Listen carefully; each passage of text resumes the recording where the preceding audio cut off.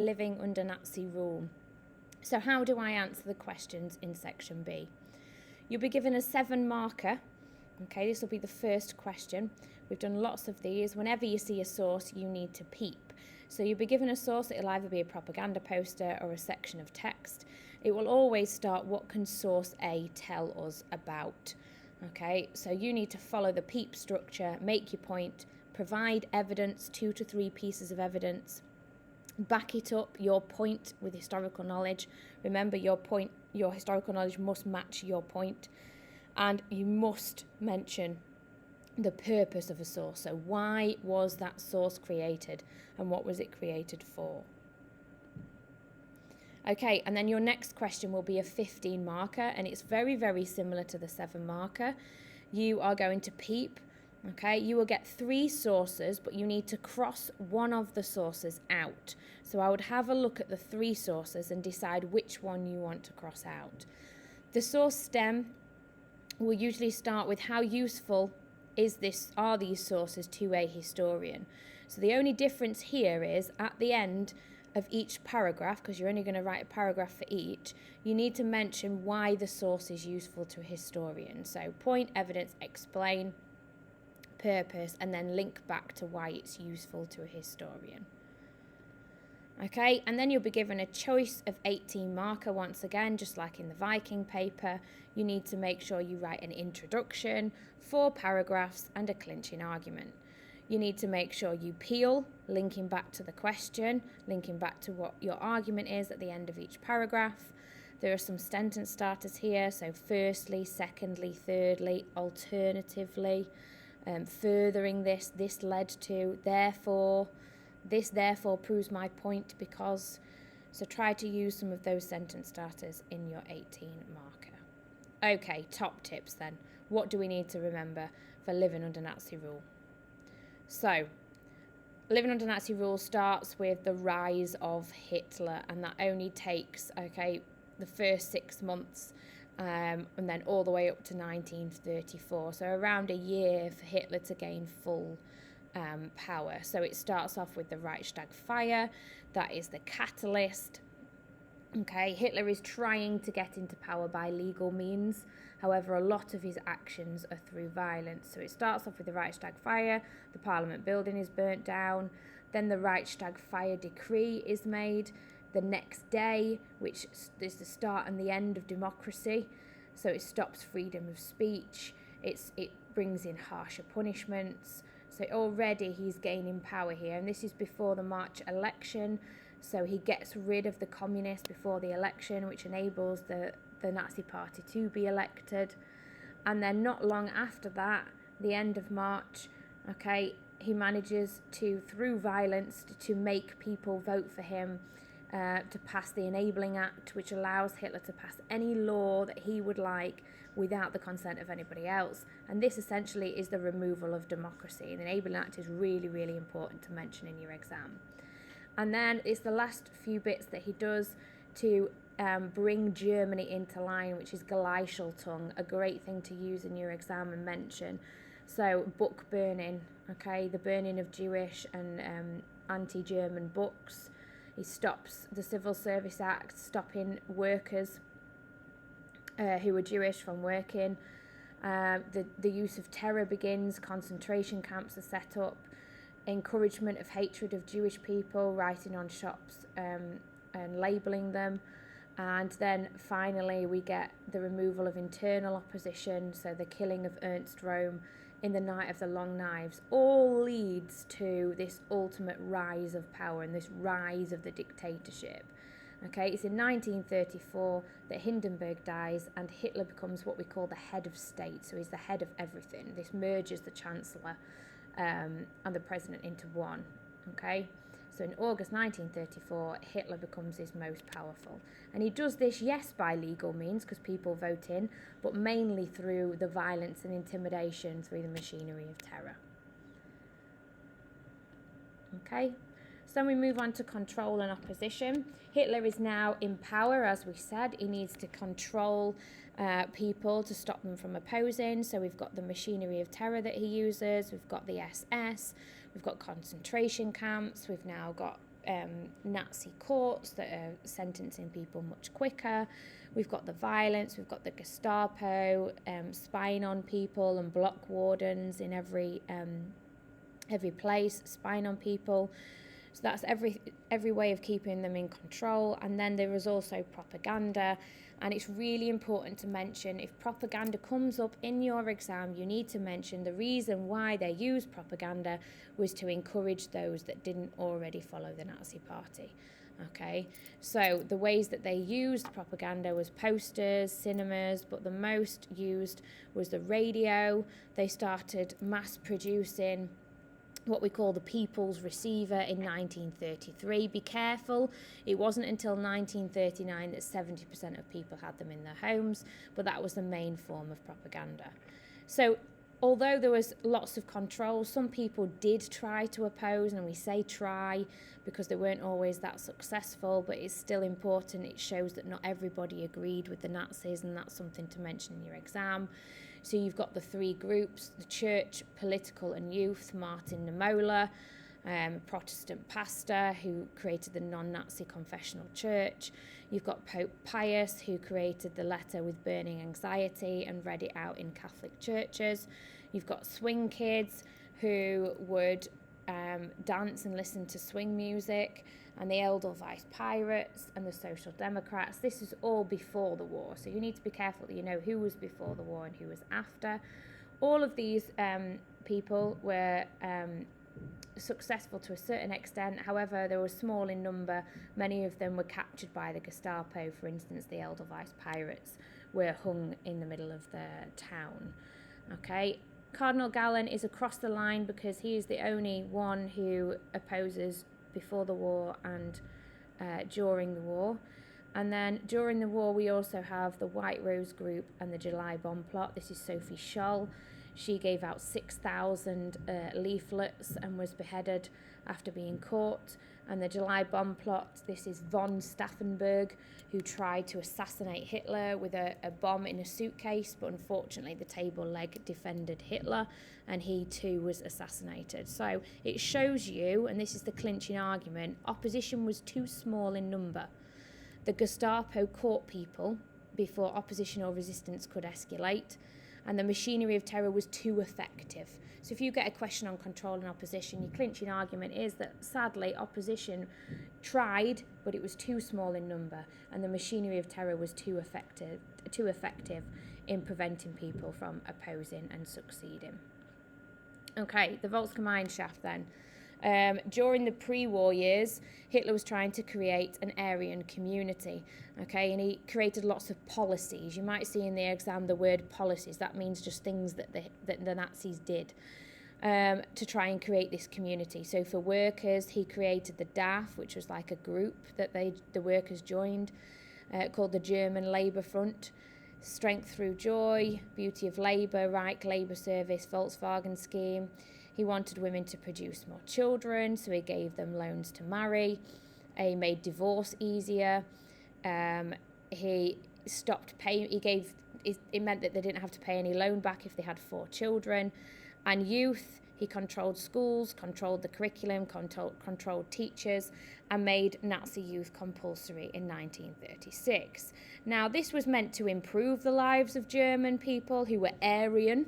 Okay, that's really important. However, the persecuted groups, who were also German citizens, they were seen as Untermensch, subhuman, okay, and Hitler started to become obsessed even more so by race and treating the Jewish people badly. So let's look at the clinching argument. Most of Hitler's plans to improve the lives of Germans failed. So if you get a question, did he improve the lives of Germans? Really, the always answer is no. And the reason why that is because although he did improve unemployment, most people had a job. Wages were frozen at 1933 levels, which meant that they were no better off than they were before. And the Volksgemeinschaft only improved certain people, so only those Aryans that fit into the Übermensch category. Jewish people were persecuted and left out. So we move on then to Germany at the beginning of the war.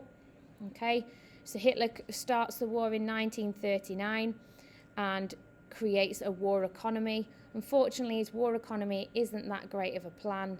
He only puts in 55% of workers, 23% of the economy towards the war and machinery. That's not enough, okay, to maintain the war. So he brings in his friend Albert Speer, and Albert Speer in 1942 creates a plan to try and improve the amount of weaponry, okay, because he's the Minister of Armament, that is produced. And as you can see, he creates 4 plans: concentration camps, prisoners to work, he brings in women, he uses skilled workers, and he also makes factories produce one product.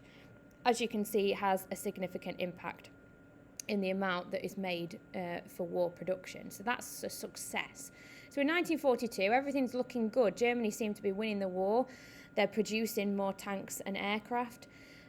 However, there's a massive turning point in 1943, and this is a key date for your exam, 1943. Germany start to lose the war because of the Battle of Stalingrad. Also, the Americans have joined the war now, and they're significantly bombing Germany, which is causing lots of problems. So as a result of this, Germany goes into panic, and they start total war with Joseph Goebbels at the front of total war, because Germany was in a desperate state and they were losing the war. So Joseph Goebbels was put in charge. They did lots of different things like encouraging women to join, but they also used the Volkssturm, which meant that, that should say 16 to 60, the ages of men had to join. They had 4 days training, no uniform, and they had to use old weapons. So it basically meant that a load of German citizens who weren't fit for war died. What was the effect of the war on the German people? German people were fed up. They were starving from shortages. Their houses were being bombed. They were opposing more to Nazi rule. Education stopped and children were being evacuated. Basically, German people were completely depressed and fed up with the Nazi party. Okay? So the clinching argument is German people were fed up and depressed by the war, but continued to support the war because of the increase of propaganda and terror from the machinery of terror. But they continued to fight till the bitter end because of the fear factor from the Nazi party. Okay, last 2 things then. Occupation. We look at the Nazis occupying Europe, so outside of Germany, and we know that the Nazis invaded the Netherlands and Poland. Okay, you need to know Poland was in the east and the Netherlands was in the west. They invaded Poland first. Now, the treatment of Poland was at the beginning far harsher than the treatment of the Netherlands. Okay, they saw people in Poland as Übermensch. Okay, that should be the other way around. Untermensch, subhuman. They removed their identity by changing the name of Poland to general government. They closed all schools. 30,000 members were arrested. 3 million Polish Jews were killed in death camps. 1.9 million Poles were sent to forced labour camps, and they had to wear a P on their arm as humiliation. Okay, so the treatment in Poland was horrific from the start because all citizens in Poland were seen as subhuman, okay, less than human, whether they were Jewish or not. Whereas you compare that to the Netherlands, at first in the Netherlands it was quite peaceful, so education continued. Civil servants were allowed to keep working. However, there was a turning point, again, this 1943 turning point. The Nazis started to then use violence to control the Dutch people. They then started to kill the Jewish population. Okay, yes, there were less Jews, but they were still killing them and sending them to death camps. So, clinching argument then. To conclude, it can be said that Poland faced harsh and violent treatment from the start of the Nazi occupation. The sheer number of Poles and Jewish people murdered in death camps is evidence of this. However, towards the end of the occupation in the Netherlands, they too faced the same harsh treatment as the Dutch did, and resulted in many lives being lost or forced to work. Okay, so you need to know for your exam the difference between Poland and the Netherlands. And the key difference is Poland was treated worse from the beginning, and it wasn't until 1943 that it turned negative for those living in the Netherlands. Okay, so the last but not least, you need to know about the persecution of Jewish people. And what is really, really important that you understand is that the persecution of the Jews took place over 12 years. So it started in 1933 and it ended in 1945. It wasn't a quick process, it was very slow. Okay, treatment became worse and worse and worse and worse and worse over time. It wouldn't start all of a sudden. Okay, so it started with smaller things like they weren't allowed to go to the swimming pool. They weren't allowed to have joint education with Aryan Germans. So it started slowly. However, I've just outlined some of the key things that you need to know for your exam. So one of the main ones is the Nuremberg Law that came in 1935. And this law permitted Jewish people from marrying anyone who was not Jewish. Okay, they were no longer seen as citizens. They were also seen as almost animals, really, subjects with no rights at all. So the Nuremberg laws took away their rights. So it's all about humiliation in these early years. There's not really that much mass killing. Okay, so the violence starts. The start of the violence is the Night of Broken Glass, and Jewish synagogues were burned down, shops were broken into. Jewish people were blamed for the mess, and this is classed as the start of the violence, so just before the war. And then we look at the war years, and this is the years of mass murder. So don't get confused, the mass murder didn't start until the war started. Okay, so there was the first solution. Okay, the first plan that was made up with the Nazi Party and Himmler was that, okay, we'll ask the Jewish people to leave the country. Okay, and that lasted for the first year. They were asking hundreds and thousands of Jewish people to leave the country. When they realised that this solution was not what they wanted, they went on to the second solution, which is where there was too many people to get rid of, especially in Poland. So they started to gather them into ghettos, which was poor living conditions. Okay, it was housing with a wall around, okay, where they were stopped and protected. It protected the Aryan citizens. This obviously was not the solution they wanted, so that they made the final solution, which is where we see the mass murder of 6 million Jewish people and 11 million in total. So mass murder, it started by shooting, but then they realised they were using too much weaponry, and it was affecting the Nazi Eisengruppen, okay, which were the Nazi soldiers. Hitler was more concerned about the effect it was having on their mental health. So they designed, I say they, Himmler and the Nazi Party designed to kill Jews by mass through gas chambers such as Auschwitz. So that's really important that you understand that it was a long process. It started with humiliation and ended in mass murder. So overall, in the Nazis' rule, 11 million people died. 6 million of those were Jewish people. Okay, that's a wrap on everything to do with this exam. I know I've spoken really fast, but you've had around 2 years of learning all of this now. So go, smash it, good luck. Tell the examiner everything that you know, and don't stop writing.